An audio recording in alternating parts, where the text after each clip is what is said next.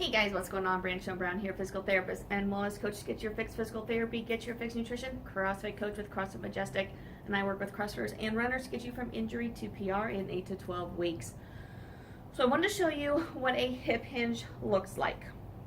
So a hip hinge is going to be the beginning of pretty much any movement we do that involves down to up with the legs. So we're thinking deadlift, we're thinking squats. If we're in the CrossFit world, we're thinking clean and jerks and snatches. Any of those pulling motions, any of those squatting motions. It even plays a role into kettlebell swings and things of that nature when we're in that CrossFit world as well. So I'm going to show you the base of the hip hinge, and then I'll show you a PVC pipe for some corrections. So ultimately, with that hip hinge, what we're looking at is hinging at those hips. Hips go back, chest comes forward. So we're looking at something like this and coming back up. So when you do a hip hinge, initially the legs stay straight, then we bend them, but biggest thing is coming from those hips. So hips back, chest forward, bring those hips forward to stand up. Now, a lot of times what I see is a couple of compensations that happen.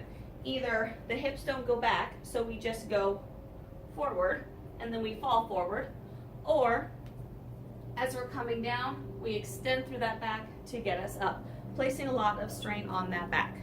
So what I'm going to show you is a really quick way to start to learn how to do this properly.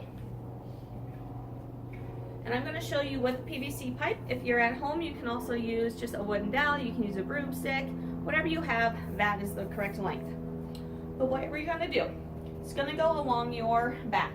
3 points of contact, head, between the shoulder blades, and right at your butt.